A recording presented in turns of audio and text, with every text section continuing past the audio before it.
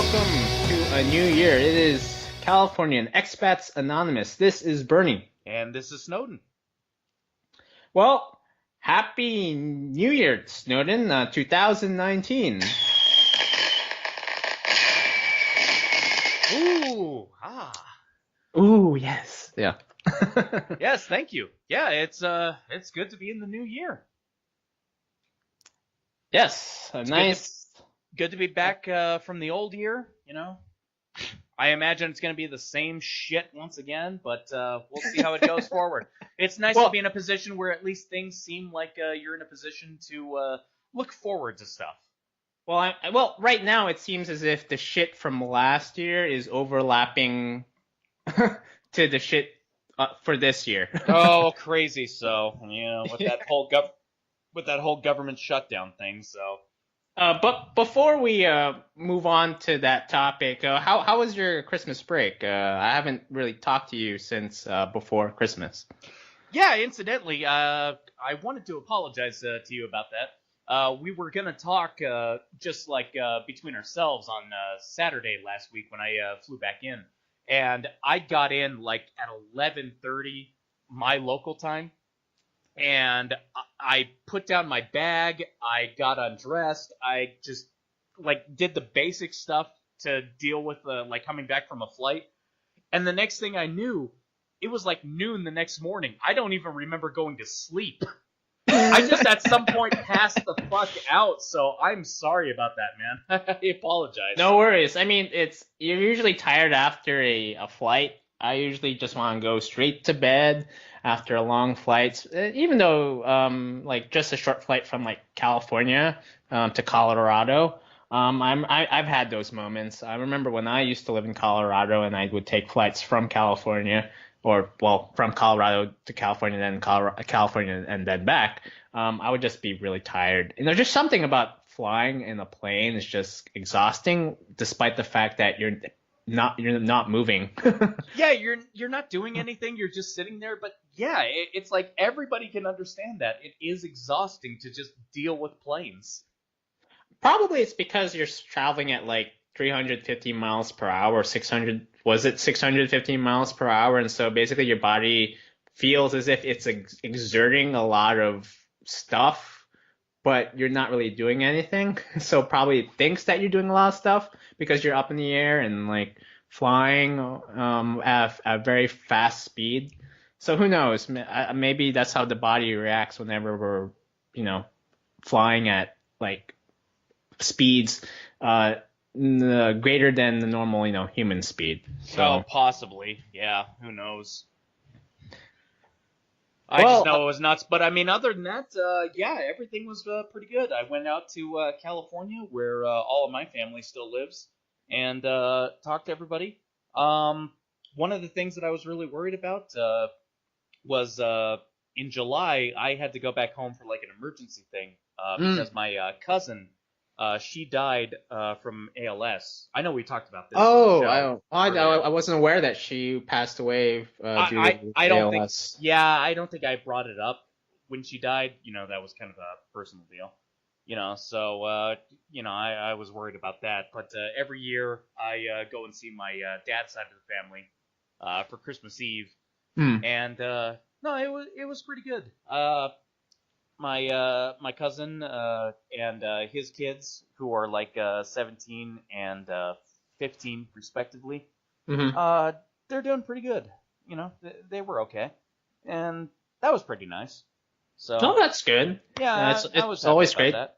Yeah, it's always great to meet up and catch up with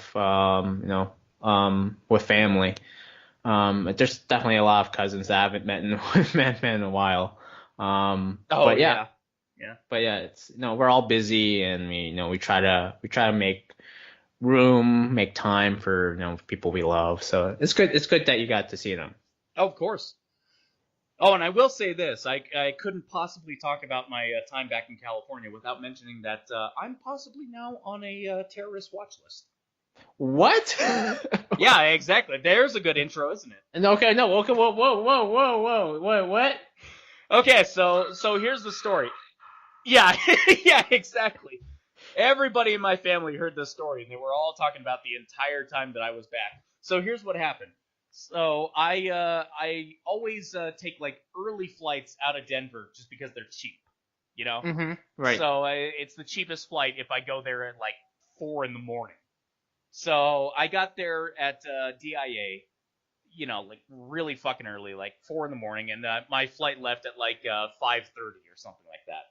Mm. So then we headed out to John Wayne Airport in Orange County, and it's always a 2-hour flight. Generally speaking, I just sleep, because it's so early in the morning and I'm tired, and it's like, what else am I gonna do? So I usually do that. So we got there, and I realized like I actually woke up because I've actually gotten to the point where I time it now, and we're still flying around. And all of a sudden, the pilot comes on and says like, passengers, we can't land right now because there's fog at John Wayne Airport. Which, incidentally, anybody who lives in Southern California, Santa Ana, where John Wayne is, there's no fucking fog. So Okay. to this point, I still don't know why they were lying to us or what they were lying about. I'm assuming like that normally happens in the Bay Area where I'm from. There Sure, tends to but be a lot of fog, but I'm not quite aware that there is. I know there's fog, inclement. There's no fucking fog in Santa Ana. I can tell you that. I mean, we're not. It's Orange County, so yes, it's on the West Coast, but we're not fucking anywhere near the ocean. So there's no natural fog, and I mean, for Christ's sakes, I have been in the past on planes that landed in London with heavy fog. I've landed at DIA where there's no fog because we're in the middle of the country, but I mean, shit, you're a mile high in the air. Sometimes the clouds are really low, so effectively that's fog. So I've looked out my window and we've landed at DIA where, like the clouds are so low that you just see nothing but gray, and then all of a sudden, you're past the cloud, and there's the runway within like 50 feet. You know what I mean? Right. So that wasn't a fucking issue. I'm telling you, I don't know why they were lying. But anyways, There could have been a drone incident. Oh, it could have been that's something. possible. All I know is when I was trying to look it up, I found out that somebody tried to commit suicide at John Wayne Airport like the week before I landed by blowing up their car with a propane tank. Yikes. Oh. So that was my thought, is like, was that a dry run on something and nobody wants to report it? Oh, man. Or maybe they're just incompetent. Yeah, could be. So yeah, maybe. Well, that's interesting. So anyways, so how it got to me being on a watch list is we're flying around for like an hour over the airport, and the pilot keeps giving us updates like, we can't land now. We're waiting to get like an update for a better weather report or something like that. We're all looking at the windows. It's like you can see for fucking miles in every single direction. There's no fog. But in any event, eventually he said that, okay, so we're starting to run out of fuel. We're going to divert to Palm Springs to land and refuel, and then we'll come back when we get a better weather report. So we fly out to Palm Springs, and we land there at that small, tiny airport. Right. And the plane is refueling, and we're still sitting on that. And we get the message like, you can't get off the plane because we're just here for a short time. We have to be landed for like an entire hour before we let people off the plane or something like that. Okay, so at this point, it's like now 2.5 hours over my estimated landing time. And we're sitting on the tarmac, and I'm like losing my mind because I'm stressed out. It's now like 2 hours past what I was expecting to be there. And as you know, I am a smoker. So I use my vape quite a lot. Right. Okay. And obviously I didn't bring any gum or mints or anything like that because I was expecting to sleep through it. I've done this flight a lot of times before. It never comes up. If it was going to be a long flight, I would bring like a nicotine patch or something like that. But no, so here we are. We're still sitting on the tarmac, and I'm starting to sweat and get like clammy hands and whatnot. And so eventually, I had to go. I just felt like I had to do something. So I went into the bathroom and I started vaping. And I wasn't doing like ghosting it or anything. Like anybody who uses a vape will know what I'm talking about there. I was just like taking fucking heavy rips off of it because like I'm just I just need a fucking hit, you know. I need some fucking nicotine. Just need to relax. Yeah, and my thought process is like they've got smoke detectors in there, but they're not going to pick up vapor. You know, it's for actual smoke, right? Right. Well, I heard a buzzing while I'm in there, and I figured that was because we were on the ground and they're probably like refueling the plane and whatnot. So I'm still taking heavy rips off of that. And then finally I got done, and I opened the door, and like 5 other passengers who were in line are looking at me, and like the the flight attendant is looking at me, and I'm like, oh shit. Well, let me just go ahead and sit down. And my seat is like right fucking next to the bathroom. I was in the very last aisle. So I just sit down because nobody told me to stop. So I was like, well, let's see how this plays out. And all of a sudden, the flight attendant comes up to me and is like, sir, were you vaping in the bathroom? It's like, fuck! So I had to say to him, it's like at that point, it's like, well, shit, I'm not gonna make this worse for myself. So it's like, yeah, I was. So what ultimately happened is we had one of the security people from the Palm Springs airport come onto the plane. Here's the funny part. I listened to the conversation because, like I said, I'm in the last row, so I'm right fucking there. And so the flight attendants were talking to him, and they were saying like, well, this guy was vaping in the bathroom. We've been on the tarmac for an hour. I mean, this wasn't in the air, obviously. And I already warned him. I mean, I guess it's up to you what you want to do about that. We warned him, so it's like we figure it's good. Well, the Palm Springs airport guy, he came over to me and was like, sir, grab your bags and get off the plane. Yeah. No. Yeah, so I got pulled off the plane, and I got, like, the police were summoned to drag me out to the front of the airport, past the security checks and everything. I had to rent a car to finish my travel to get back to Orange County from Palm Springs. Oh, that sucks. And that's so embarrassing as well. It's fucking crazy, yes. So, as far as I know, I'm on a watch list with Frontier Airlines now for the rest of my life. Yes! Exactly. You're on America's Most Wanted now. All because I vaped. And you know the worst part of it is, the hell of it is, I was literally, before I went into the bathroom to smoke, I was just about to ask like one of the flight attendants if like I could get off the plane to smoke because I felt like I needed to. But I figured like that was stupid because my only experience is with bigger airports where the plane is like tethered to the building. You know what I'm talking about? Like, yeah. Everybody knows what that is. Here's the thing. When the security guy took me off the plane, Palm Springs is a small-ass fucking airport. They don't have tethers. I literally walked off the plane down one of those old-timey gangplanks onto the tarmac. I was outside in the air. I literally could have just gone outside the plane and smoked, and it probably would have been fine if I had actually asked. You could have just, did your V sign? I'm not a crook. Yeah. Oh, God, at that point, I was, like, freaked out. It's like, I just better not. Wow, that is... fuck this up. That is quite an adventurous trip from Colorado to California. Yeah. Wow. Was that covered on the local news in Orange County at all? No, that it sounds wasn't. like something that would have made people laugh. It would have made people laugh. I mean, it made everybody in my family laugh, obviously. Because, like, everybody heard about this. Like, even when I got back into Orange County that same day, I had to drive there. And that same day, I went to my dad's house, and, like, one of my brother's friends came by. And my brother's friend, the first thing that he says to me when he sees me is, oh, hey, Curtis, I guess you're a terrorist now. Fuck! Everybody's heard about this at this point. But no, it wasn't on the news. Like, everybody was looking for it on the news. So it was just, you know, I mean, the big thing is, like I said, it was Frontier Airlines. It wasn't United, thank God. So nobody punched me in the face, threw me on the floor, and dragged me off by my feet. Extremist white straight male lands plane intentionally, subverting flight plan to Orange County. Yeah, you're goddamn right. That's exactly what it would have been. Jesus.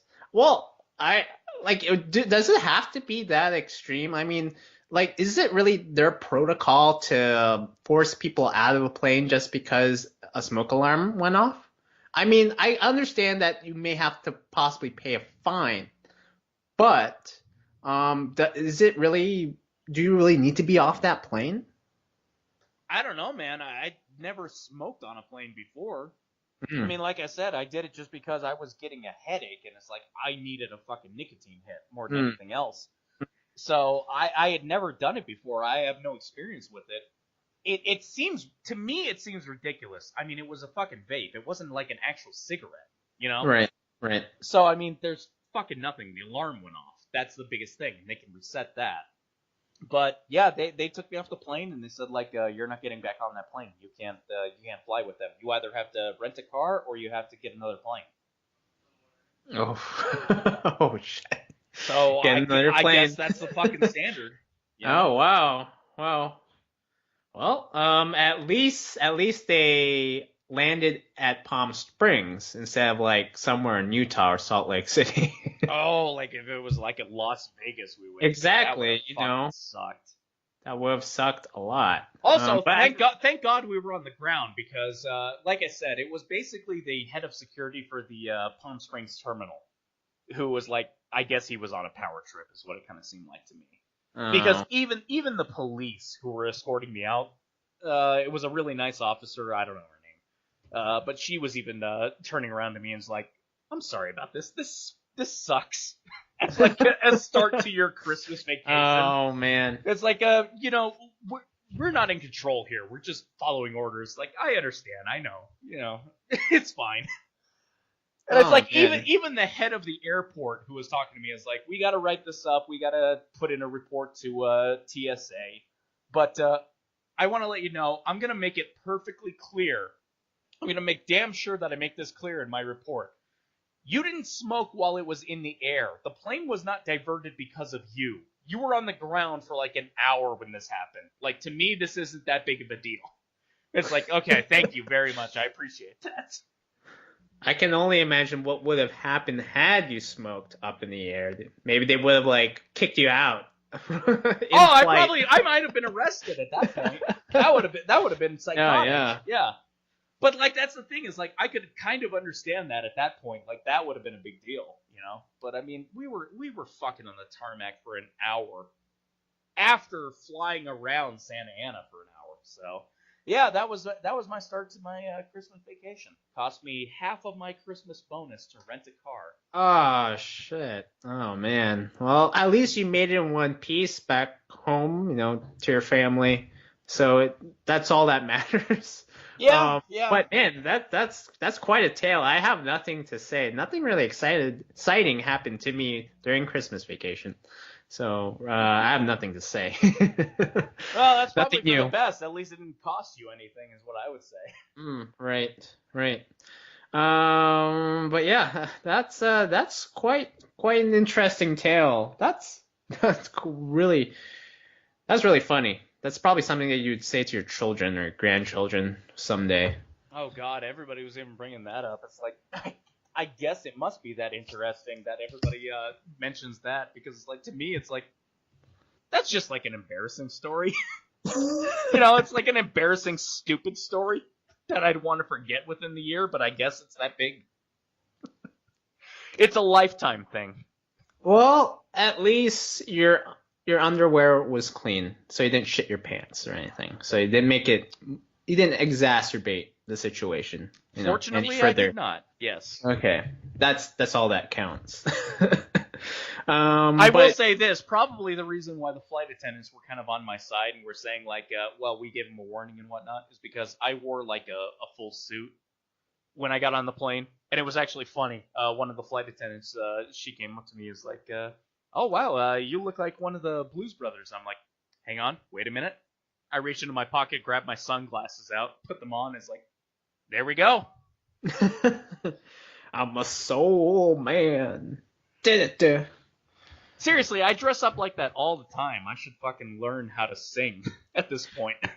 Do you dress up in that manner? So for people who don't really know Snowden, I'm not sure how much I'm supposed to Oh, fucking go ahead. I brought it up. To disclose about how you look, but I always thought that at least from conversations in the past that you dress in that manner because of films like Who Framed Roger Rabbit. Oh But no, you also dress. we talked about that before. Yeah, Yeah. that's why I do, generally speaking, because that's why I like the aesthetic. Mhm. But I mean, I just like that look, you know. But I mean, nobody looks at me and says like, "Hey, you look like somebody from Roger Rabbit." Everybody Right. says you look like a Blues Brothers, Yeah. you know. So Yeah. That makes sense. Um, Roger Rabbit is I guess, unfortunately, a more obscure film nowadays. So, I don't even know about that. I think it's more that nobody really thinks about it in that sense. I think it's mostly because in the Blues Brothers, they were weird dressing up in suits and hats and sunglasses and everything, you know? And I'm weird doing the same thing, so there's a connection there. mm, Like, the Roger Rabbit, it was set in the 1940s, so everybody was wearing, like, a suit and tie and hat.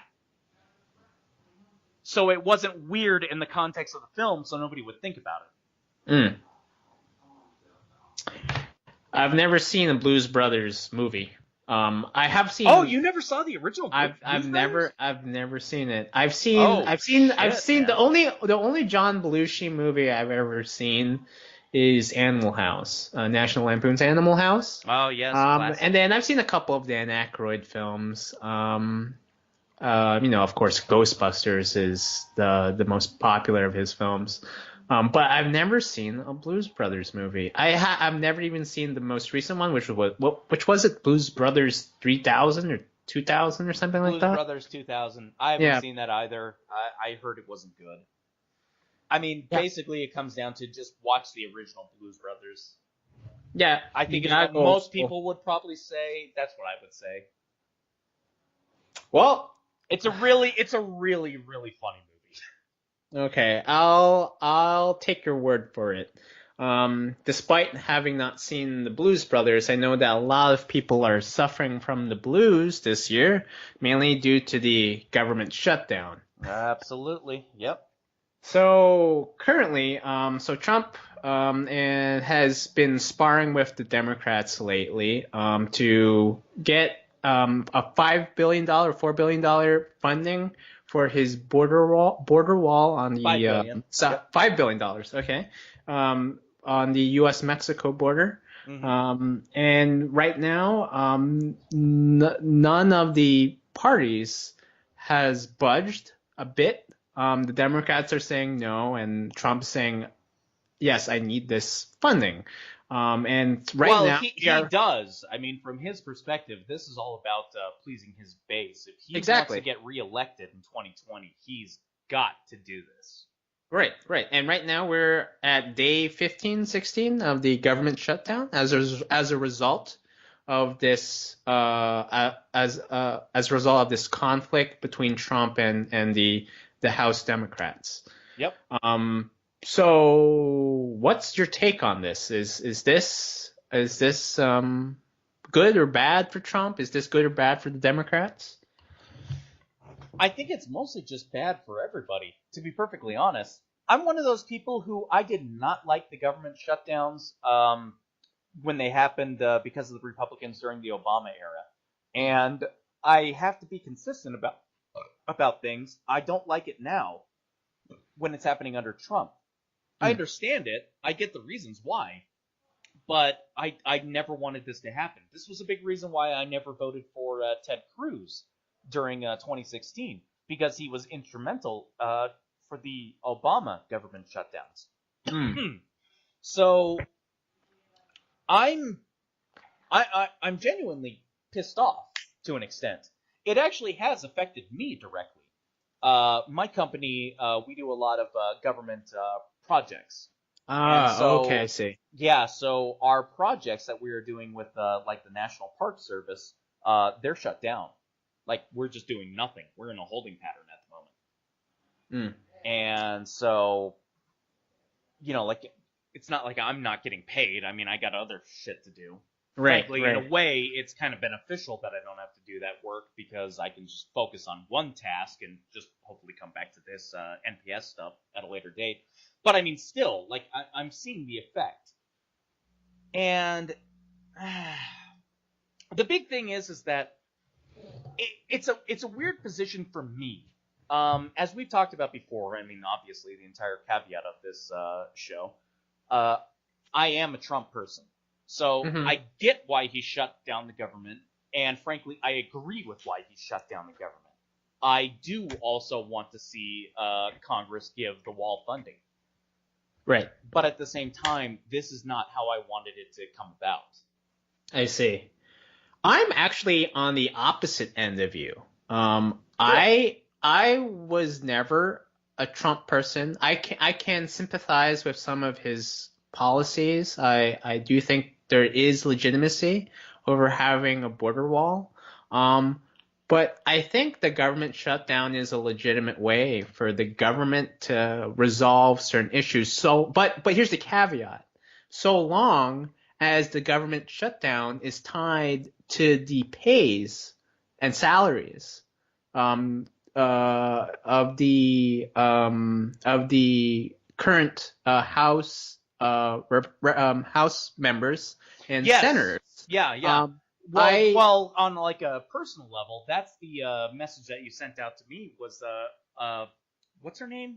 Ocasio Yeah, Cortez. Ocasio-Cortez. I Yeah. know both of us don't necessarily agree with her. I Oh, think she's fucking 99% of the psychotic when time. it comes to actual Um, policy. but But that's but she was saying that if we're going to have a government shutdown, we should neither the House Democrats, the White House, nor the senators um, should get pay during during the government shutdown at all, just like all those non-essential people. Um, which makes the absolute sense because they're the ones who are responsible for it being exactly. shut down. They're the ones who actually open it back up again. Exactly. The non-essential people are basically collateral. They're not. They're just there. They have no. I bet some of them don't even have that much of an opinion. Savings. Yeah, or savings. Oh, Yeah. savings, yeah, opinion as well, yeah. I mean, when it comes to opinion, none of them can actually say anything that would matter in terms of opening up or shutting down the government. Just to be clear, so you say that you have family members who have been affected by the shutdown. No, Uh, no, no. I don't have family members that were oh, affected by it. okay, okay. I have been directly affected by it because of exactly what I described. I see. So from what I've heard is that once the government shutdown is over, people get back pay. Is that right? They get Yeah, I have another retroactive friend who, pay. yeah, I have another friend who actually works in the government, Homeland Security. I won't say anything more because well, he's got a position, so Oh yeah, yeah. I won't reveal anything about it. Suffice it to say, like what he's described to me is that yes, a lot of the people who are affected by the government shutdown, they're going to get every single dollar that they would have earned otherwise. Hmm. So it's a matter of you just have to survive the shutdown from when it starts to when it ends, and you get the entire payment of everything that you would have earned otherwise in a bulk payment. In a way, it's kind of a vacation, but you have to live off of your savings while you're doing that vacation. Exactly. Yeah, that screws you over. Yeah, yeah, 100%. Oh man, that really sucks. He's in a weird position where he's actually working and he's getting paid. Well, he's a he's not a non-essential, right? If he's working for Homeland Basically, Security, yes. if he's working for Homeland Security, I'm assuming everyone is still working. People are still, Well, I mean, this entire thing is about Homeland Security because the wall funding is supposed to be through Homeland Security. So Homeland Security is not funded at the moment. So, like, there's a lot of TSA people with the airports who are not going into work. ah, My friend who I'm talking about is a little higher than that, I'll say. And, yeah, basically, he has to work. But he's in, like, a weirdly unique position where he's still getting paid regardless at the moment. oh, okay. I see. Well, at least he still has, at least he has some, money.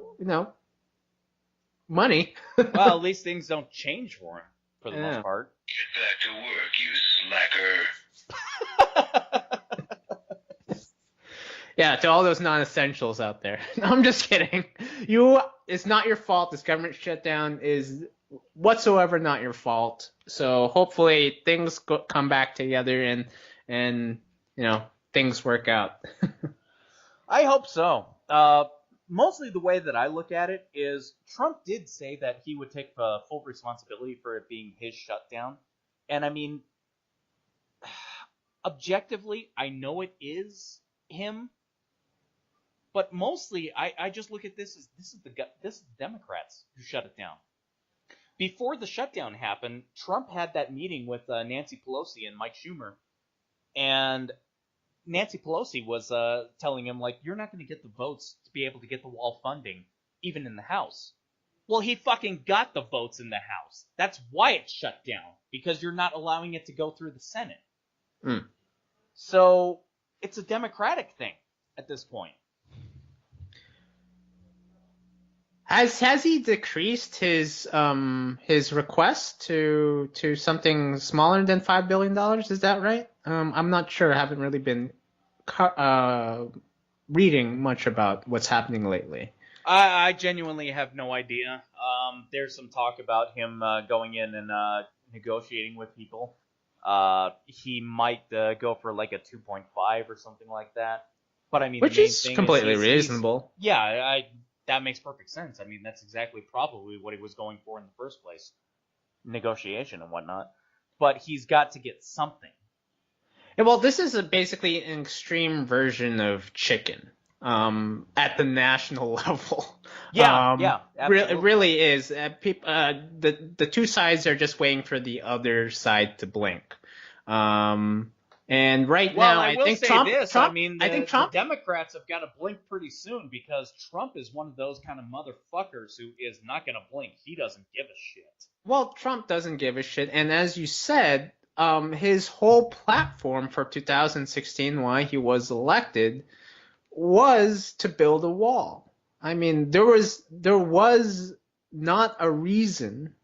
I mean, basically, there were like that was his whole slogan, is to build the wall for his during his 2016 campaign. That's how he started his election campaign, and that's why he won. Yep. Yeah, why he won. It was because of border security and the national security issues, which Hillary Clinton did not apply to. So for me, Trump basically loses nothing at all if there's a government shutdown. In many ways, he doesn't, because it basically boils down to Trump's hardcore supporters are gonna support him no matter what, as long as he's working in the interests that they elected him for in the first place. Right. And the people who are going to be pissed off about the shutdown, generally speaking, are going to be the people who hated him in the first place, so he isn't losing anything. Right. And another thing is that only a small percentage of the working population are those non-essentials, right? And so it's like it really is Trump's game right now, and the Democrats, I'm not sure why they're not making any sort of budge. I wonder what else is under the table. What else is on the table for the Democrats? I wonder if they're asking for something more from him in order for him to get his $5 billion. I genuinely don't know. I mean, when it comes to the Democrats, frankly, to me, I'm not a Democrat supporter. That said, I want to make it clear I'm not a Republican supporter either. Mm-hmm. But I'm not a Democrat supporter. And I'm looking at them from the outside, and I don't understand what their game is. I don't know what they're trying to work for. Mm. Yeah, I'm not sure. Is it possible that an amnesty bill is on the table? To be perfectly honest, Trump has already said that he'd be in favor of something like that when it Mm. comes to people who are already in this country. But his big thing is exactly what the vast majority of what I would say us, me, and other Trump-minded voters would think. We need to get border security first.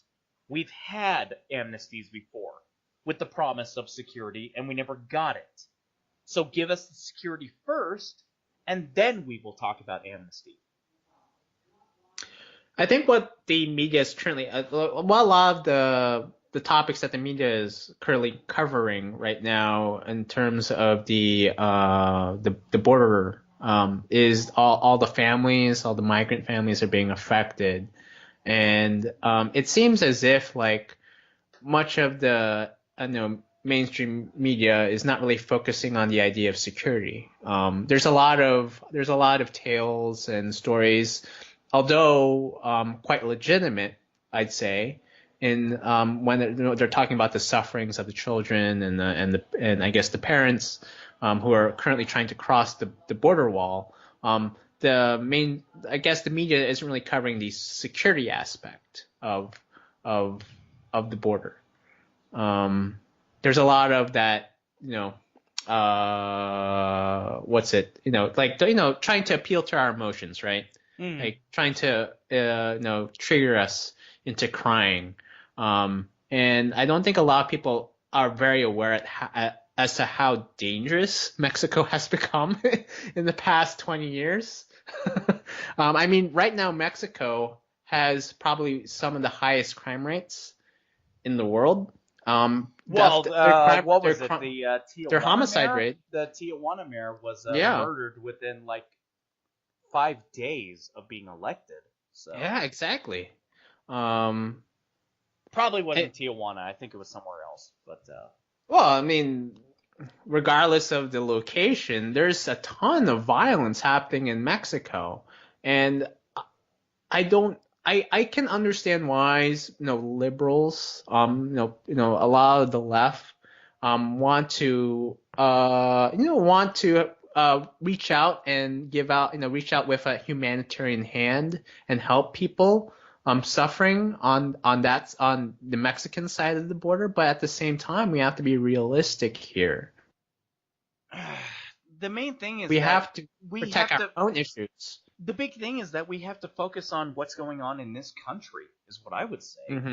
I mean, Yeah. it's all well and good to worry about what's going on somewhere else, but we don't have control over that. And we have a lot of fucking problems in this country that we have to deal with. I mean, for Christ's sakes, again, I live in Denver. This is like the dumping ground for all of the Midwest homeless population. Mm. We got homeless from Milwaukee. We got homeless from Georgia. We got homeless from everywhere in the entire Midwest. This is where they come to. What the fuck are we doing about that? Have you visited the Denver Central Library? When I was when I was in Denver, I would see a lot of homeless people at the very top level, at the computer labs, because that's Yep. how they would preoccupy their time. Oh, of And course, yeah. of course, have some sort of safe haven away from the cold winter. Mm-hmm. I know California, like Denver pales in comparison to what California is currently experiencing. Well, I'm at the currently very living in the least, Bay Area. in Denver, I don't have to worry about possibly poking myself on a drug needle like you do in California. So there's that. No, that's part of the fun of living in California is Yeah, the fun. part of the fun to go out there to the streets of San Francisco in bare feet and walk around and see if you can contract any sort of STI. Of course, absolutely. Exactly. That's why I'm here. Exactly why I am here. It's what you've always been looking for. STIs. But no, it's gotten so bad here. Whenever I take the BART, which is the Bay Area Rapid Transit, it's our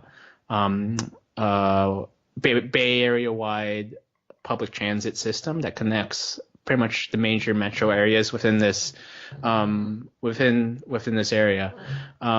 You see a lot of camps, and especially in Oakland. There's a ton of problems here. There's income inequality. I'm not as concerned about income inequality as much as other people, but right now we're seeing a lot of the side effects of the income inequality that the United States is experiencing, and there's a lot of druggies and mentally ill people on the streets, and also even middle class working class people who are on the streets as well. They work within the Bay Area, but because they aren't able to afford the average housing cost here. They have to live on the streets at times. They live in a car. They probably take showers at the office. It's really a struggle. I mean, I've heard even in Santa Barbara in SoCal, there are people who just live in their cars, and these are working class, middle class people. Mm-hmm. Yeah. And so it's pretty sad. And now some people within this country are expecting us to accommodate another maybe 2 million, 3 million people, crossing the U.S.-Mexico border, who basically have no skills. How can we address our own people who are currently suffering if we're currently concerned about people on the Mexico side of the border? Well, I don't think we can. We can't. It's not possible. We have to. I think I don't 100% agree with Ann Coulter, but I like what she has said. Ann Coulter is kind of insane. She is a bit. Yeah, she is. But I do agree that there needs to be some me time for America, and that's what she said. I'm paraphrasing, but I think that's true. America needs to recompose itself right now. I think we're having some sort of midlife crisis in the United States. We're reaching that point in our empire where we're thinking, well, we were at the top of our game, but I'm not sure if we really want this. I don't even know if it's necessarily that. I think for the most part what it comes down to is that America needs to focus on things that are happening internally. We need to worry about what's happening to our own citizens, people who are actually here in this country. We're so focused on everything that's going on outside of this country. And it's just not working. It doesn't matter. So I mean, this is one of those things. Ultimately, it took me weeks to try to figure out what my opinion was with Mattis. Mm-hmm. What's his name? John Mattis? General Mattis. General Mattis, basically. I'm not sure what. With his retirement from the Trump administration because of the whole Syria pullout and whatnot, it took me a long time to try to figure out what my opinions were about that, and ultimately, frankly, it's good that he left, is what my opinion ultimately comes down to. Because why are we there in Syria? Why are we dealing with things in the Middle East? I mean, we should be focusing inwards. What is going on with this country? We got a lot of fucking problems in this country. That's where our attention should be. I don't give a shit that Russia could possibly get a Mediterranean naval base out of this. if they Hmm. have really good relations with Syria. Fuck it, who cares? I mean, seriously, are we dealing with the 1980s Soviet Union where Russia is going to invade people? Nobody has actually said that. Nobody's made a case for that. So if that's not the case, then who gives a shit? Mm. And right now, it seems that the Middle East is becoming more irrelevant every year, mainly because we are producing oil and gas like no other country in the world right now. I Oh, think we we're are one the of the top producers at this no, point. we are the top producer. Oh, we are. I We didn't are. even realize that. We have now surpassed Russia. Um, Russia in terms of our production in oil and gas. And that's how far we have come through within the past, I think, 10 years since we started fracking. Um, and fracking has basically saved our ass in terms of energy. I think there was one article that said that by possibly 2025, we could surpass both Russia and Saudi Arabia in total production of oil and gas. Holy shit, that's But amazing if we surpass Saudi Arabia. that's Damn. very skeptical. No, it's both Russia and Saudi Arabia. We have already surpassed those two countries, but in total, in total of the two, we could surpass them by the two of them 2025. combined. Yeah, Wow. we are the number one producer right now of oil and gas. Ever since we lifted that ban on exporting exporting oil, I believe, due to the I guess that ban was imposed, I think during the 70s during the energy crisis. Yeah. Once we lifted that ban, we exported like we exported oil like hotcakes. It was just like crazy, and we are now the number one producer in the world. We are the top energy producer in the world. That is awesome, is what I would say. And I'm kind of surprised that hasn't really been in the news, because I think that's because phenomenal... it probably makes America look good, and from what I can tell, the media doesn't want America to look good. Look, like 10 years ago, we can all remember what happened 10 years ago during the debates between John McCain and Obama. They were all discussing how we would address that year's energy crisis. There was, costs were going up. Gas prices were not affordable anymore. I mean, nowadays that's not much of a concern. We have basically tackled that problem and provided a solution, and that's pretty much fracking. We're currently going through an energy revolution right now, like we haven't seen in a while, since probably the early 20th century. That's how good it is right now for us, I think. Yeah.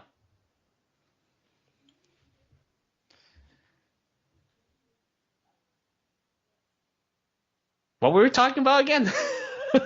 I mean, we're bouncing around on a lot of different. Oh things, yeah, so. we were talking. So you were talking about. So we were pulling out of Syria. That was honestly something I just brought up as a point of a different conversation. But yeah, we can go on to that full strength. But I was saying that the Middle East is becoming more irrelevant now. I mean, we even see it in the policies of Saudi Arabia. The Crown Prince has decided to decrease spending and try to diversify the economy, because he knows that oil prices will pretty much stay low for the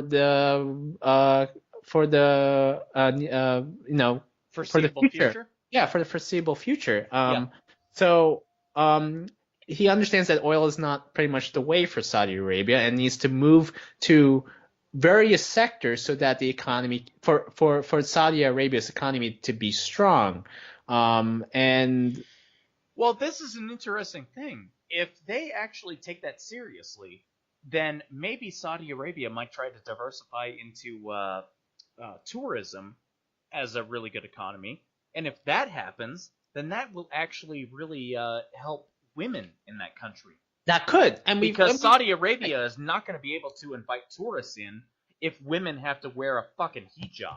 right, exactly. So they're not depending so much on oil anymore because currently the current economy, the current structure of the economy of Saudi Arabia is basically a kind of pseudo medieval state, right? You have basically an absolute monarch. In the form of, I think, their king, and they're basically living off the royals of the oil revenue. And a lot of the working population, or quote unquote working population of Saudi Arabia, pretty much get their money from the oil revenue, and they don't really have that much of an incentive to learn new things. And some of them, like I think there's even like universal basic income in Saudi Arabia. Don't quote me on that, but I believe I that's don't know. why I believe that's why a lot of people are very content about the absolute monarchy in the basically totalitarian monarchy in Saudi Arabia is because they're basically getting dividends from the oil receipts.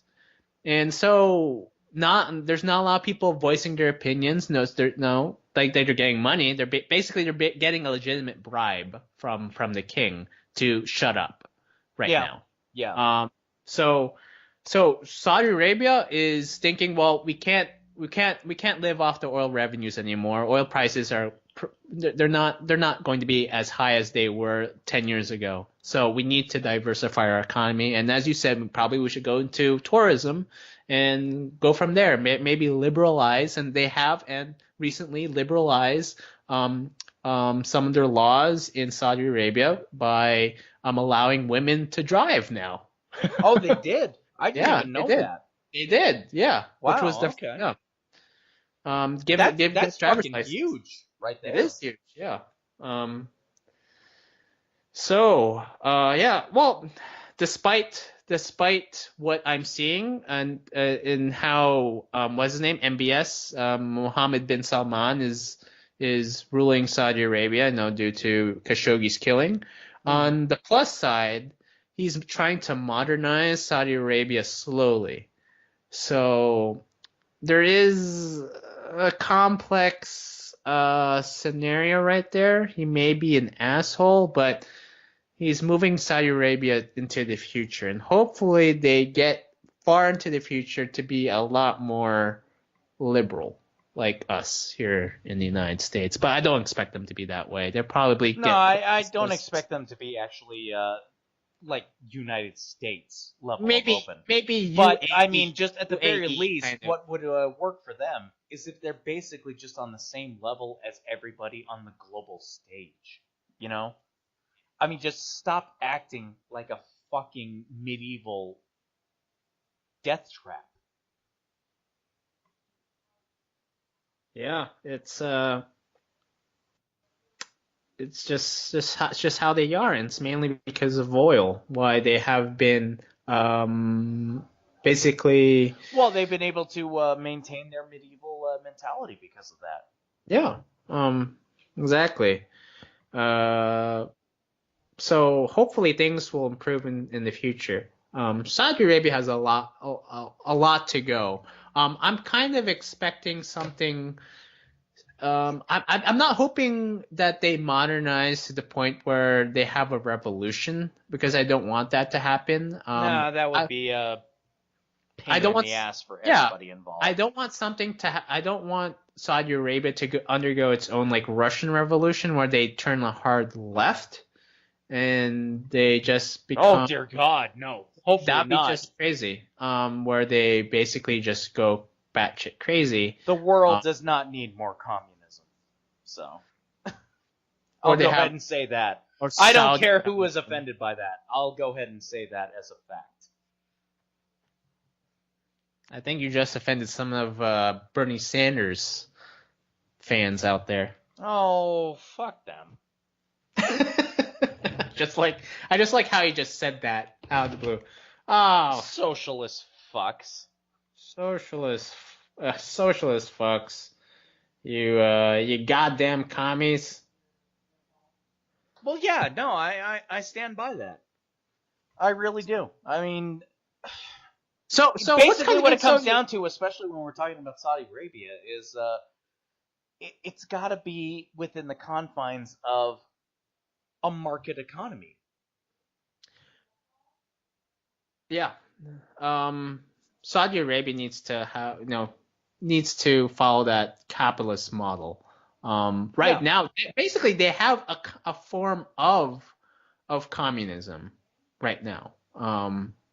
It's not necessarily a secular communism, but it's a kind of Islamic communism where they're just living off the oil revenues, and people are just okay. We're fine if the king can do whatever he wants. Well, It's that's the okay. problem is with everybody being able to have what is the phrase that I'm trying to look for? It's not necessarily universal income, but I guess it technically is in a way. Yeah. I mean, if they have that, then they're not really interested in changing the actual status of their society. No. They have a constant flow of income, and so why would they change the status of their economy? Um, the only reason why we have the only reason why we have a very contentious democracy here in the United States is because income is not guaranteed here, No, right? Of course no, not. everybody lives and dies based off of the work that they do and based off of the status of the American economy. And that's part of our social contract. You get to do whatever you do, but no other person is really responsible for you, not the government. And you can do whatever you want. You could go into porn if you wanted to, right? You can be as fucked up as you want to be, but don't let the government don't expect anything from the government, Yeah. right? Mm-hmm. Whereas in Saudi Arabia, it's different, right? You have to be a fairly fundamentalist Islamic person to work in that society. Yeah, very much so. Or you just have to be a man, because Saudi Arabia employs that's so true. many workers from all across the world. Oh yeah, exactly. Well, But they ain't taking any. They ain't taking any women. So I know. You know what all those men are thinking of in Saudi Arabia? where's the pussy? Exactly. There you go. Yes. Oh. Look, I know there's probably some gay guys in there, but I think it's fairly safe to say the vast majority of them are probably wondering about the pussy. Well, they have to in order to survive. There are, of course, there are gay people around in every country. Like in every country, there is at least one gay person. It's impossible, evolutionarily speaking. There's always going to be that one percentage, that one small, standard deviant who decides to go after a man. And Saudi Arabia does have a lot of closeted gay people, I assume. Oh, I would imagine they have a lot in Saudi Arabia. You have to be closeted. I'm assuming in Saudi Arabia, from everything I've heard, if you come out of the closet, you're going to be thrown off of a building. It's not all that different from being in the Islamic State. That's what ISIS does. They throw you off a building. In Saudi Arabia, I think they behead you. Yeah, exactly. I think it's different. You gotta get straight, man. ISIS is not the same thing as Saudi Arabia. Well, no. Because Saudi Arabia is an established state, and ISIS is just a bunch of fucktards in the desert. But the only real difference is ultimately that the Saudi Arabians have a border. A legitimate border that is honored by the international community. Yeah, exactly. Yep. In terms of what they actually think, I don't think there's that much of a difference from everything that I've read. Well, I'm hoping a day in which I can go to Saudi Arabia and date a Saudi. In the next 100 years. I'm expecting that won't happen in the next 100 years. I don't know, man. Honestly, it could possibly happen. I mean, It, if it keeps going with the fracking and whatnot, Saudi Arabia will probably have to open up, and they're probably gonna have to really liberalize. And so, therefore, there's probably going to be like gay clubs in Saudi Arabia. Even if they don't accept their own citizens, at the very least, you could probably meet a nice Swede or something like that. hmm. Oh, sexy girlfriend! Or boyfriend. You know, whatever. Oh yeah, whatever. Oh man. Well, I think Saudi Arabia will be more in the news in 2019. What are some of the predictions that you'll have for this year? What do you think is going to happen? What are the top trends, or what do you think Trump's going to do? What do you expect from this 2019? Oh, honestly, the only prediction that I really have is that I think a lot of like what we've talked about in previous episodes. I think it's basically going to be that this entire social justice warrior thing is going to go out of style. I really do think that because you have a lot of reports about Generation Z, like the really younger kids, who are really conservative, which I don't think is necessarily something that they necessarily believe so much as they're doing that to defy their parents, so to speak. Mm. They're going against their older brothers and sisters who are the millennials, and they're going against their parents who are also open to those ideas. So I really do think that that is going to go out the wayside. We are really going to see the end of this entire social justice warrior thing, and it is going to be exactly what I said in a previous episode. Mm-hmm. It's just the hippie movement of this decade, and we're all going to look back on this and laugh.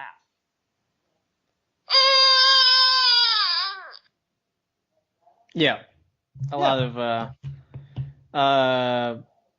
a lot of I think a lot of these kids lately, I think they will be conservative. I believe in a sort of generational cycle of things. I think like the baby boomers, they had their moments of being like hippies, and then their younger siblings decide to become like Reagan Democrats or like Reaganites or like Wall Street traders or something. They said, let's stop dissing the man. Probably we should be the man. We'll take control of things and be more conservative. I think was it Generation Z is going to be like that. I think it's also because of the housing crisis as well. I think the Great Recession of 2009, was it 2008? I think affected a lot. 2008. Yeah. Yeah, I think affected a lot of these kids. I think some of these kids, like they were kicked out of the house because their parents couldn't pay for them. Their houses foreclosed. They had to move into apartments. Some of them even had to move into extended families' houses or homes because they couldn't afford an apartment at that time. Mhm. Some people got laid off. Some of these kids' parents got laid off, or got fired or something like that, and they were down on their luck. I know a ton of family members who are affected by the Great Recession. It affected a lot of us. I think it it made an indelible mark on Generation Z, I believe, and I think they've become a lot more fiscally responsible. I don't think they're as risk taking as Generation Y. The baby, sorry, not the baby boomers, but the millennials. No, us. I know Yeah. you reluctantly call yourself a millennial, but you are a millennial, man. You are a millennial. I know. I'm not Despite- happy about that, though. It's just a name, okay? I just say to people, it's just a name. You don't have to follow the generational stereotype. Well, as far as No I'm one concerned, believes I in- sure as shit don't, but yeah. I mean, I even talked to. So I had a conversation with a guy. I wasn't dating this guy. It was just some friend. every time I have to say a guy, think I have to be clear if I'm dating them or not. I'm not. I wasn't, Do and he's you? not gay. Honestly? He's not gay.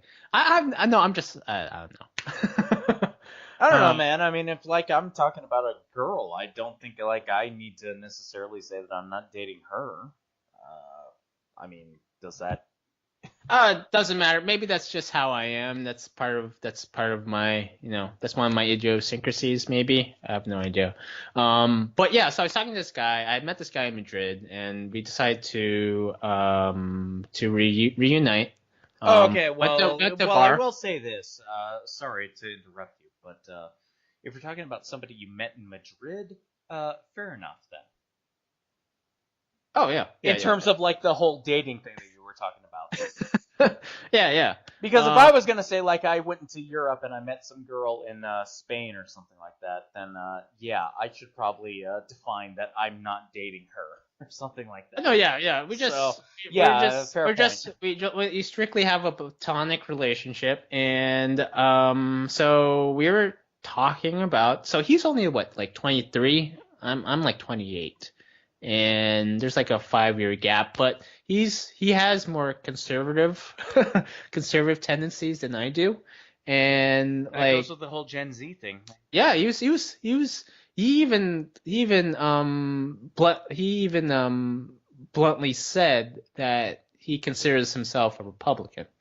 Um, and he just doesn't understand the whole like transgender rights issues, or the cisgendered or cis male like categorizing, like Yeah. those like 41 word list of sexes, genders that you can choose off like on Facebook. There's a wait. What? He just There's a 41 word list. Yeah. You can choose cis males, straight, or something like that, or non-binary.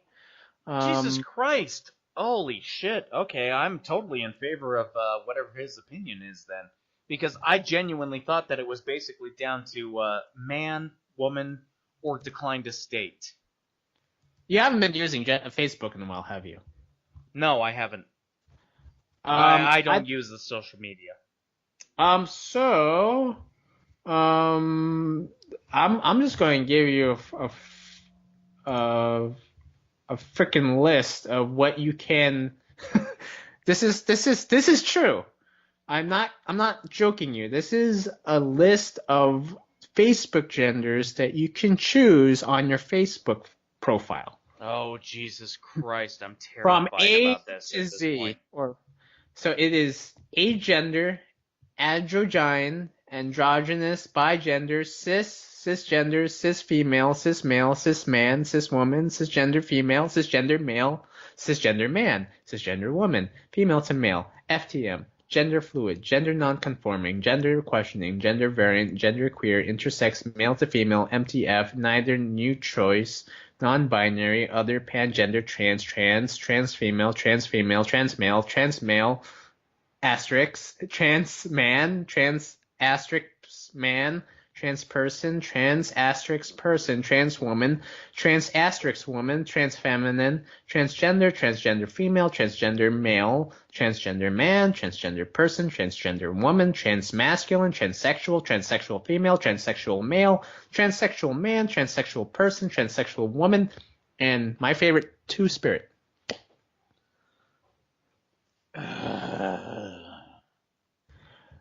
So What the fuck does most of those even mean? I have no idea. I think see, one of my major complaints about this whole idea of so I even had this in college. Like, this is not really anything new. So I was part of a queer group in college, and one of the ways that we introduced ourselves, although I didn't really think of it, I didn't really scrutinize over what we were doing at that point. But one of the ways we introduced ourselves in this queer group was, please introduce yourself with your name and your preferred pronoun. This was like about 6 years ago, maybe 7 years ago. Okay. And that kind of talk has kind of pervaded into more normal speech these days.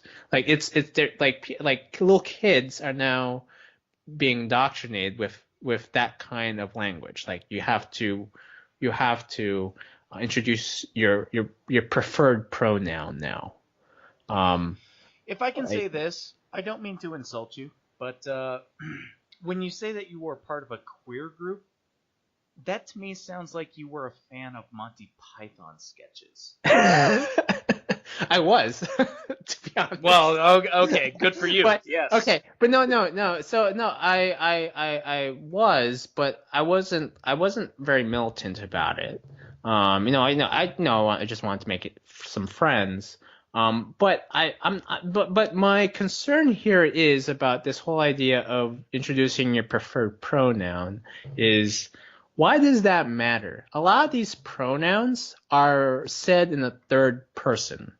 Like I would like to I prefer that you address me as Zer or something like that.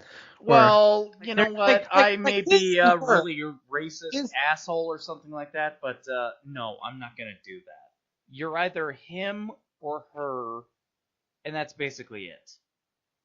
I'm not going to spend a lot of time learning like Zer, the X version of this shit.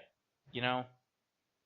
I don't really understand why we even need to reform the English language because that's what's basically is happening right now with this whole transgender, this restructuring of genders within our language is this whole idea is that we have to like kind of create a title for people, like for what? Like just because you think yourself you're unique? Like Well, hell, that man. that right there is what I think is mostly about. Is that everybody wants to be a special snowflake? Ultimately, they want to be unique. Exactly what you said. Yeah, and it's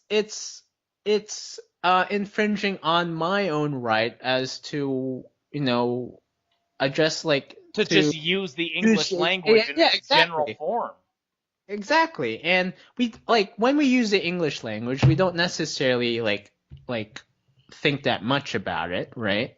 Like his her is basically no those that idea of distinguishing genders within our language is a legacy of from Old English, right? Before we had to like conjugate verbs and like if they were male or female back then, Well, right? even one of the things that I've said so far in this conversation, stuff like congressperson and whatnot. I will go ahead and use that word because obviously there are men and women in Mm-hmm. Congress. Mm-hmm. So congressperson makes sense. That said, when I'm talking about a very specific person, I will very deliberately use congressman or congresswoman. Mm. Well, I think it's I don't think I'd be that um I don't think I'd be that what's the word punctilious over I mean I would say congresswoman or congressman, and if I want to bundle them up into one uh like group, I'd say just congressmen, right? Or congresswomen maybe. Yeah. But it's I think right now what the left is doing is they're overcomplicating the language. Like the whole point of language is to simplify it, right? I mean, there are You even want to get languages, across a couple of very basic concepts. right? There are even languages out there that don't even have a distinction between male and female. I think for one example, I think Japanese to some extent doesn't really have that much of a distinction as we do in the English language. Well, Um, Japanese doesn't have a distinction between male and female like the romantic languages do. yeah. Based off my understanding of Spanish, I mean, obviously there is the whole, uh, and o. for male and female. Mm-hmm. Japanese doesn't have that. Yes. No, they don't. Yeah, But, exactly. I mean, there still is a very clear categorization when you're talking about somebody, even in Japanese. What is the gender that you're talking about? Every single human society has only ever recognized two of these. And most all languages are built around that. And I'm not a trans person. And I don't I don't say that I fully 100% understand the transgender condition. But what was I saying? I kind of lost my train of thought. But I think what I'm saying is that a lot of transgender people tend to say, well, I'm transitioning into a woman or I'm transitioning to a man. If the male and female paradigm doesn't exist, then why are they transitioning to a man? Why are they transitioning to a woman? Like, No, why? that's actually a really good point. Like, why do we have more than two sexes then? Like, they're like if I don't really understand what's happening with this whole rhetoric and requesting people to say their preferred pronoun and whatnot. I mean, I think the idea here is that we all want to be nice, right? We want to address people with respect, and I agree absolutely. with that. Nobody wants to be a rude 100%. asshole. Exactly. You know? Like you don't want to create a faux pas, right? If you want to correct me as to like, okay, I'm actually a man. Oh, I'm sorry. Okay, sorry, sir. Okay, but we can't request all of society to remember 52 frickin' genders. I think that's the problem, is that ultimately it comes down to that nobody wants to be a rude asshole. Nobody is being a dick to you maliciously. People just have in their mindset that there's only two. You know, you're either a man or a woman. And I'm sorry if you want to become a woman and you cut your dick off and invert it into yourself to form a vagina, you're not really gonna be a woman. It's pretty fucking obvious that you're a guy.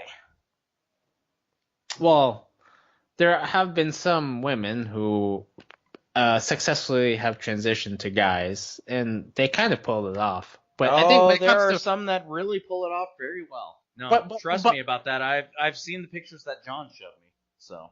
but when guys to women, yeah, men to guys, yeah. You know, I've been to Bangkok, so it happens. But there's definitely a ton of straight people who go to Bangkok who go see some lady boys. Sure, but I mean that's kind of besides the point, because even then we could talk about a lot of cross-dressers that are very convincing women, but they are 100% guys, and they would want to be referred to as guys. Yeah. And then what are you getting into? Now you're getting into a whole other weird area. Well, they want to be referred to as girls in their costume, but when in their costume when they're on the job, but when they take it off and when they're just dealing, exactly, yeah, they're a guy. Exactly. They're still males. That's what I'm talking about. I mean, then it gets weird, because at that point, if you pulled it off that convincingly when you're in costume, you're pulling it off convincingly when you're just on your day-to-day life, you know? Not everyone wants to become Buffalo Bill. Okay. Goodbye, horses. Oh, God. So I don't think you have that on your phone app. No, I wait. Let's see. Let's see if I have Let's see if I have horses. Probably gonna have to look up like Hannibal Lecter or something like that. Yeah. Yeah. Okay. There's a horse, but that ain't what we're talking about. Well. Here's a psycho laugh.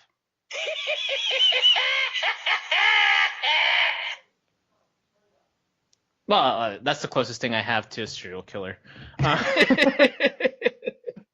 Uh, really, or we could do the whole.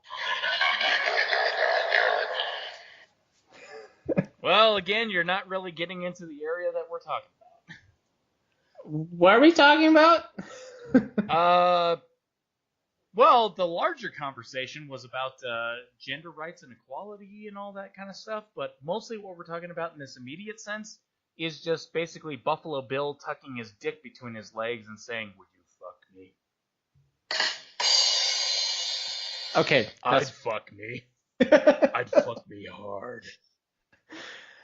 Ever since I saw Family Guy's spoof, I always see Chris when I hear that quote.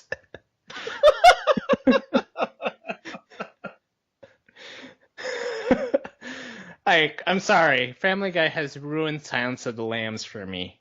It has. I guess I'm kind of glad that I don't know what you're talking about. Okay. Okay. Let's move on. we don't need to linger on this subject. Okay. But yeah, a lot of guys still just want to be guys. They still want to have their dick. Well, that's the thing that really gets me with all drag. this stuff is that it gets confusing. I mean, there was that whole thing that went viral recently, the whole GameStop situation. You saw that, right? Yeah, is that the one where the clerk refers to him as sir? Yeah, exactly. Yeah. And that's one of those things that I would have done the exact same thing, not trying to be rude or anything else. I genuinely wouldn't have known because, again, John and whatnot, I know guys who want to dress up as women, but they are guys at the end of the day, and that's how they want to be referred to as. Right. They are not trannies, they are cross-dressers. It's cosplay or something like that for them. Mm-hmm.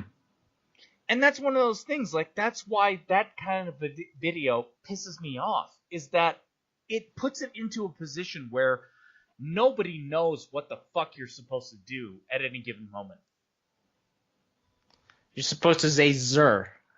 Well, fuck that. I'm not going to do that. So I think the main problem we're currently having in this generation is this idea. So when I go to a gay bar or a gay club, I basically put on a different mask from what I put on when I talk to you.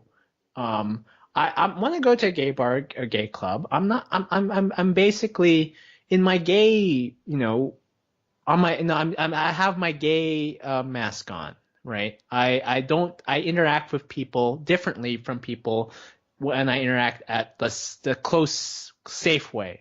If I can say this as an ignorant straight guy, that genuinely surprises me. I just would have figured, like, you're basically just yourself, you know? Oh, no, I am myself. But if I'm looking to get some tail, I'm going to act differently, right? I'm going to be either the prey or the predator. Not that. Oh yeah. Okay. Well, okay. Not that. Okay. Sure, okay. yeah. Okay. Does it? Okay. It's not that. Sorry. That sounded quite ominous. No, that's not ominous. That makes perfect sense. I get that. No, I'm still myself.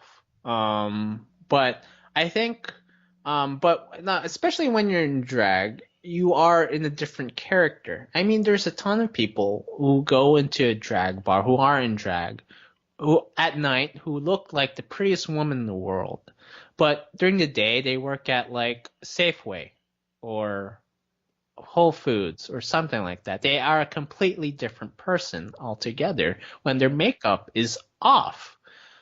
This whole idea of like of having people enforcing people to remember 52 genders or to remember if they're either male or female is it's kind of placing, is trying to impose the world of drag or world of that, what I know onto a situation that most people don't necessarily know. Well, I right? think in many ways what it comes down to is that it's trying to impose a subculture onto the normie culture. Yeah, that's exactly the And point. You're that's the right. problem, is that what we're talking about here is it's completely analogous to anime fans being pissed off that regular people don't know about, like, Cowboy Bebop or Neon Genesis Evangelion or something like that. And that would be looked at as being fucking absurd, you know? You mean people don't know Totoro thing? Yes, exactly. That is what I'm saying. Yes. Really? Totoro is always on my mind. Okay. What? But I mean, like, that's what I'm talking about. It's like it's a subculture thing that you're trying to assume that everybody knows and that everybody is in with. Right. It's Most subcultures fully realize that they are subcultures, and they just deal with that. You know? I think we can even apply this to the idea of sports. Sports is definitely a nationwide thing, I believe, but to One some hundred extent, percent. But I think I get what you're yeah, talking about. but yeah, Is but that to a some lot of people don't know what the rules of football even are. exactly, Yeah. exactly. People understand the it's like watching a movie, right? It's like watching the movie without knowing the technicalities of making that movie, right? We don't need to know method acting. We don't need to know blah blah blah, but we enjoy it at a national level. Same thing with sports. But I've met people who have watched sports passionately, who know the rules and whatnot backwards and forwards of football. And I had when I was talking to them, I had no idea what they were talking about. Like Yeah. what? Like what's a down? I mean, I'll shut up. I won't say anything. But What do you but mean when you say it's down in 3? What the fuck? what are you talking about? Yeah, exactly. It's second and 10. Okay. Yeah. Exactly, Yeah. 100%. So you have to say the same thing about, I think, drag and sexuality. Not I think a lot of people don't understand that just because um that you are unique or you're beyond the standard deviation, like everyone at the average knows about you. Ultimately, at the end of the day, the entire thing is that it should come down to that nobody deserves to call you out and call you a fucking bitch or something like that for it. You know? Like, Mhm. you deserve to be a person for it. But at the same time, nobody is expected to know your terms. Exactly. Exactly. Hell, man. Probably there's some people out there who don't even know what the Blues Brothers are, and they look at you and they're like, "Why do you dress that way?" Well, shit, going back to the entire initial conversation of this whole thing, like you said, you never saw the Blues Brothers. So if I told you, it's late, it's dark, I'm wearing sunglasses, I'm on a mission from God, and you don't know what that means, I'm not going to call you out as being like a piece of shit because you don't get that, you know? Exactly. Don't take it personally.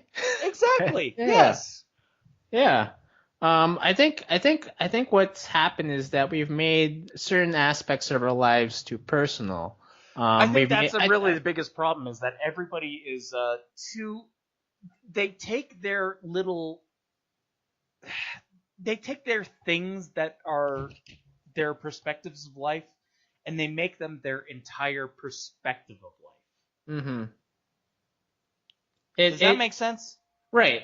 And it's the kind of idea where, like, I think what a lot of the rhetoric that's coming from, from people who advocate, a certain kind of of that, that uniqueness, like, you don't understand me, but you should know who I am. Like, what the hell? Like, if you're saying, like, you can never understand me, but at the same time asking me to address you in a certain way, like, how is that? How are you trying to, like, bridge the divide here? Well, Like you're not. That's the you're not. problem, is that they're trying to make themselves unique snowflakes that are so special that everybody should realize what they are. Mm. But then the problem is that I have is, motherfucker, do you know what a fucking Dratini is? How do you fight that in terms of Pokemon? I have no idea what you're talking about. Exactly! That's my fucking point! Exactly! Yes! You are a huge nerd. We're, again, it's a specialized subgroup of people who know about Pokemon who would care about that shit. I don't expect other normal people to know about it or care about it. Yeah. Yeah, exactly. Um, I don't know. I think I'm with you. What you said earlier is that I think we're seeing the tail end of this whole like leftist rhetoric. Probably, because I really do think that this whole identitarian politics thing is just pissing off people more than anything else. It's not bridging the divide at all. It's like it's creating more enemies than there needs to be. I think in the end, as we said earlier, I think a lot of us just want to be nice. I think there's it's so exhausting to be mean, right? Like It is, yeah. it takes the considerable like strength of an asshole to be mean every single minute of the day of the year. That's the thing, is you actually have to know about these things to be a dick. Mhm. You know? The vast majority of people don't want to be a dick. They don't want to fight. The problem is that most people don't know what your deal is. They're just trying to be nice in their own way. They're not being ignorant or something like that. They're just working off the framework that they understand. Mhm. I'm not sure if this is okay. So we're talking about stuff that could happen in 2019. I think we may face. Um, I think a lot of people will be more aware of the oversight of companies like Facebook and Amazon and whatnot, and how much they control their own data. Well, that's Um, probably something that a lot of people are not aware of, yeah, I don't. actually. So it's a really good topic to talk about. And I think there could be an incident this year that could force people to reevaluate their relationship between them and those companies. Hmm. Like a sort of, I don't know, huge data breach. Something even much bigger than what we saw with the Cambridge Analytics Well, at honestly, at this Facebook. point, I mean, what kind of data breach would actually cross the consciousness of the public? I I really mean, have no idea. we already had whatchamacall, trying to think of the name. Oh, the Panama Papers? Well, Is that the no, one? no, No, not the Panama Papers. those were not really a data breach. That But it was the data breach about the main one of the three main financial people. oh, was it Wells Fargo? I think it Well, was Wells Fargo. Wells Fargo had it, but I'm talking about like the actual people that you look up when you're trying to find like your tax information or something like that. Oh, TransCredit or something like that. Yes, yes, yeah, TransUnion I forget. I forget their yeah, name. yeah, Yeah, your credit. You check your credit score. exactly, yeah. Hmm. And that was the thing. They got breached, and everybody is involved with them. No matter what you do in your life in terms of trying to be off the grid or something like that, you are involved with those three transactional agencies. And so Hmm. if you had any information involved with them, which you do, then it got leaked. Hmm. So everybody has already been breached. Right. Yeah, that was a big case. Was that in 2018? 17, I think. 17. Okay. I think we're kind of at the crossroads in technology now in terms of data and how we're collecting it. A lot of companies in Silicon Valley have been talking about AI, artificial intelligence, and it's really a sort of mechanism for them to predict our movements. So they get the data, they feed it into some sort of AI. They get any sort of data, our names, how we shop and whatnot, and they'll try to predict it, try to predict our actions using this AI. And that's what Amazon is hoping to do, Facebook is hoping to do, Apple and Netflix, so that they get more for their money by, exploiting our data. The whole point of collecting data is so that they can, They want to sell it. well, they want to sell it and they want to make us more predictable, right? Yeah. Like hey Mr. Snowden, you just bought a pair of sunglasses. Hey, you may like this fedora right here. It seems like you're into Blues Brothers kind of thing. So it's actually quite scary, to say the least, how much technology has evolved within the past 10 years now. I mean, we're talking about even companies like Uber and Lyft who are trying to implement AI to create self-driving cars, right? I mean, it's great. I would rather have self-driving cars on the road than human beings because I find human beings to be, no, they commit more error than computers.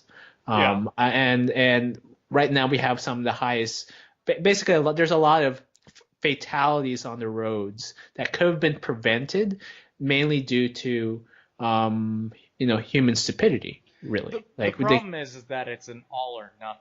I mean, AI cars at this point, they can only really work if every single car is AI. Mm. Everything needs to be managed on a data level. Yeah, they all the cars have to communicate with each other. They all have to be part of a kind of flock, right? They have to act like a flock of birds on the road No, in order to exactly. work. Yeah.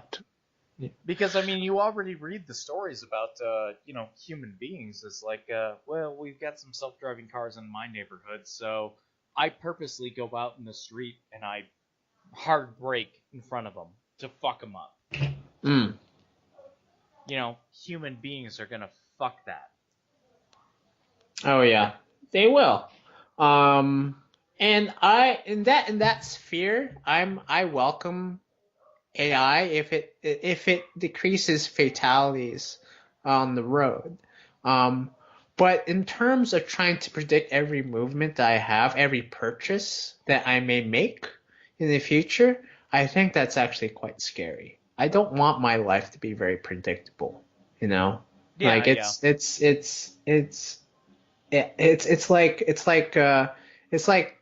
like reading your own fortune and already knowing when you're going to die.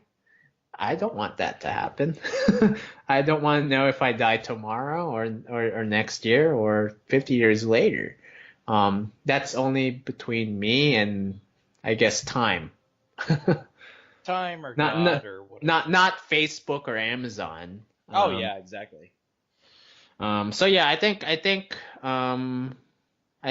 we're hitting the crossroads in terms of the big four tech companies, and AI is now part of the lingo, and not just in tech, but also mainstream. Like everyone's talking about AI, and it's going to be quite an interesting 2019. There could possibly be the first fully self-driving commercial car this year, maybe. Who knows?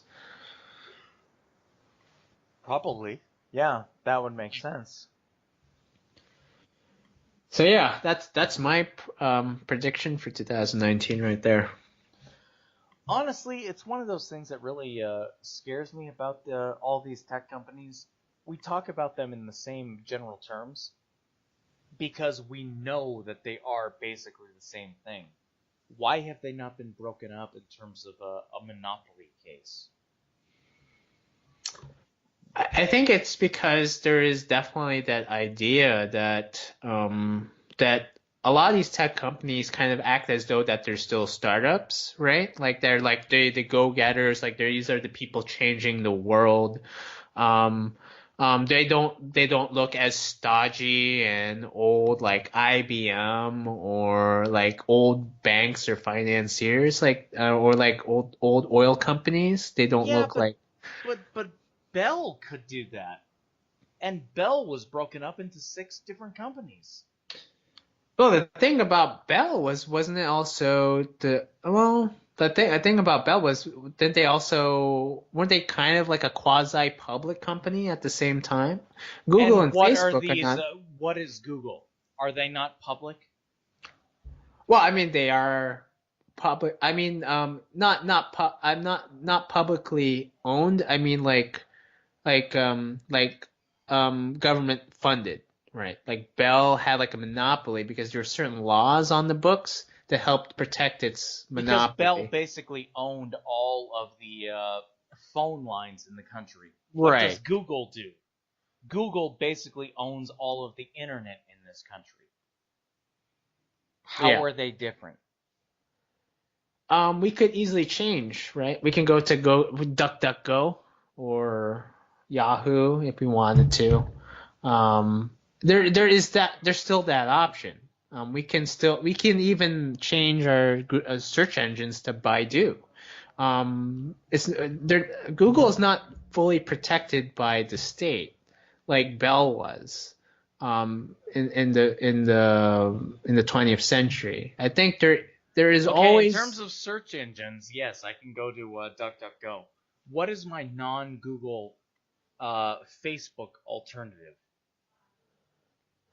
Uh, that's a good question. In terms of Google, I would say DuckDuckGo, but Facebook, I there's already only one addressed that. Facebook. Yeah, Yeah. there's only one Facebook. Um, And I know a lot of people will say, like, Facebook is not Google, so what are you talking about? That's besides the point. All of these tech companies are entirely layered into each other. what do They you are mean by? acting like a monopoly. Mm. They Ah, are okay. acting like a single company. So Mm. I don't think it matters that they are technically different companies. But someone would argue that the Facebook of the previous generation was MySpace, and MySpace was thought to have had a monopoly over social media, right? Well, it did because it literally did. It had a monopoly over social media. The difference was, at that time, you were a weird person to have a MySpace. You had to be like an internet savvy person. You needed to have connections with Tom. Pretty much, yeah. Yeah. Nowadays, the problem is that nowadays everybody has a Facebook. And the problem is that if you don't have a Facebook, you're looked at as weird. What are you hiding? Mm. I think Am I wrong? I think to some degree yes, and no. You're not wrong at all. But I find that there are some people out there who've decided to forgo Facebook because I find that like Facebook has become a kind of fake profile of yourself, right? Like, Pretty much, yeah. right. And plus it's become like kind of a platform to just have trivial quarrels to some degree. I know So I've then had basically friends. somebody like me who I don't care about social media in any way, I need to have a Facebook and I need to put up like a false persona of myself in order to have an online persona. That's what you're telling me. you don't necessarily have to have a false presentation, but most people tend to have a false Obviously, presentation a of lot of yourself. people give themselves a real presentation, but I'm not going to do that. So Right, I'm going to go for the false presentation. right. What I don't like about Facebook is that they have pretty much diluted the word friend. You have like 450 friends on Facebook, but most of it, like, you don't really interact with basically 80%, at least 90% of them. And I would are they assume really your friends? you don't They're interact more with like anybody who is acquaintances. outside of like the first 10 friends, you know? Right. Yeah. I think I think social media has definitely exacerbated the condition of depression for much of the populace in the United States. I Well, think. I'm not even talking about depression. I mean, mostly what I'm talking about is the fact that people will look you up immediately after learning about you. Hmm. They want to know who you are, and if you don't have a Facebook or something like that, that's a red flag in terms of societal status. Hmm. Yeah, it's when you apply for a job, you do need to have an online presence now. They not just ask for a resume, they also ask for a LinkedIn account. Yeah, yeah. So, which is the new norm now. It's expected of you to update your LinkedIn account. And they also look into Facebook. They look to see if you posted any incriminating messages or photos of yourself. Um, so that's one thing. And let's check if you've had any like drunk tweets. It's your online presence is far is has now has a far greater impact on reality than it did 10 years ago because people are much more online savvy these days. Oh. It's terrifying, isn't it? It is terrifying. It really is. It's at the same time you're far more connected. Like like these days you can connect well with friends overseas. I text people who live in like Brazil or in Switzerland. Yeah. Um, like having met them during my travels. Um, but to some extent it just feels kind of effortless. And so when you get like a message from someone from overseas, it's not really kind of like oh wow, I got a message from him. It's kind of like, oh, you just said hi, kind of thing.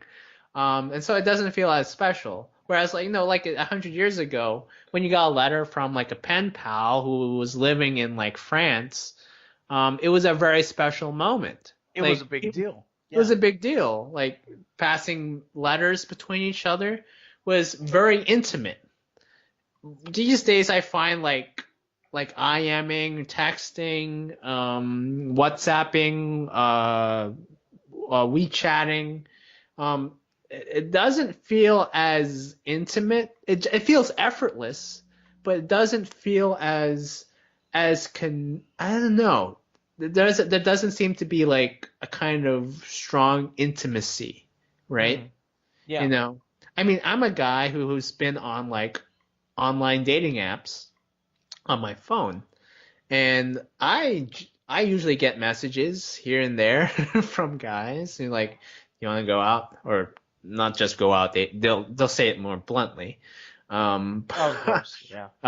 but it's like it's just so effortless to meet people now. But at the same time, it's a lot harder to have stronger bonds with people as well. There's that paradox I find in this era. Yeah. Um, it it's you can easily connect with people, but you cannot easily create a friendship, I find. No, that sounds about right.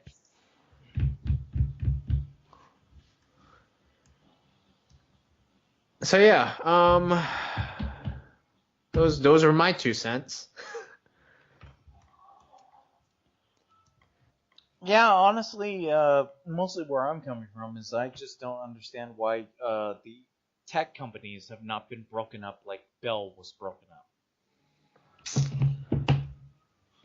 Yeah. Hmm.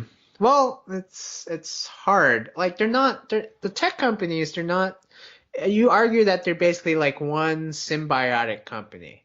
Well, Um, they act like it, they certainly. act like it, but You're talking about like a Patreon where people are kicked off of that service because like, Visa doesn't want to deal with them. mm, So that to me is it's the companies that are interacting directly. I think a lot what these companies don't really understand is that because that they are a public good, they're not necessarily a private company anymore, right? Like they have to understand, they need to know that they're creating a platform for people who've never had a voice. Um, in the old system of media, like it was much harder to broadcast yourself back then and Theoretically, sure. Yeah. to get any sort of fundraising. But now, through the internet, people can easily create like a YouTube podcasting account and broadcasting and easily gain followers and as a result patrons for their shows and whatnot. Um, And that is and their livelihood. That's the right, problem. right.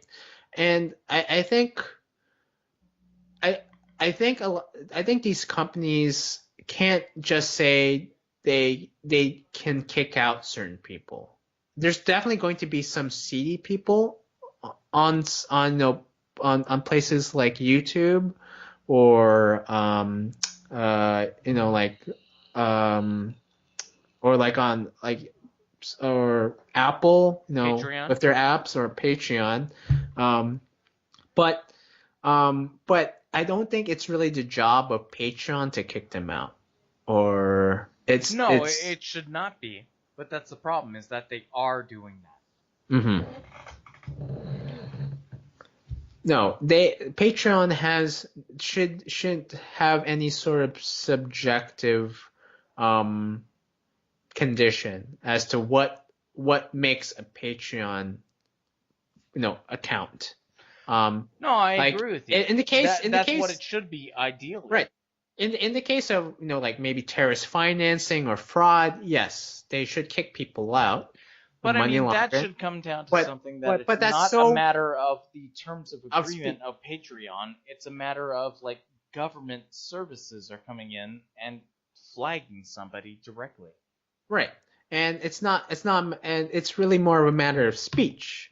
Um, Yes. it's about speech, freedom of speech, and I don't think people whatsoever, if it's Alex Jones or I don't know, or Sam Harris or whatnot, I don't think anyone ever tries to affiliate Patreon with an account.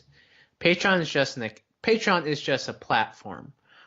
They just move But a the lot of money people from do associate themselves with well, Patreon because what are you going to do otherwise? but Patreon is not really patronizing those people. It's really a medium between a patron and a person being patroned.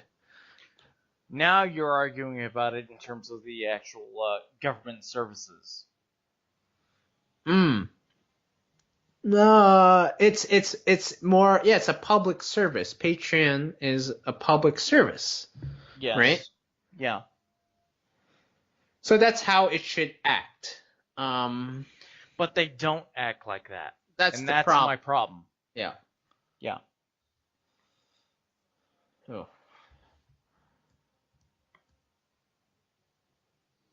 So I think I we guess can. basically what this boils down to is the internet is complicated and annoying, isn't it? Yeah, exactly. It is absolutely complicated. It's meant for it's definitely meant for crazy people, weird people, and all those obscure people of the 90s. Pretty much, yeah. That's what the internet was meant for. All those people playing Space Invaders. Of course. You are a huge nerd. I am, damn it.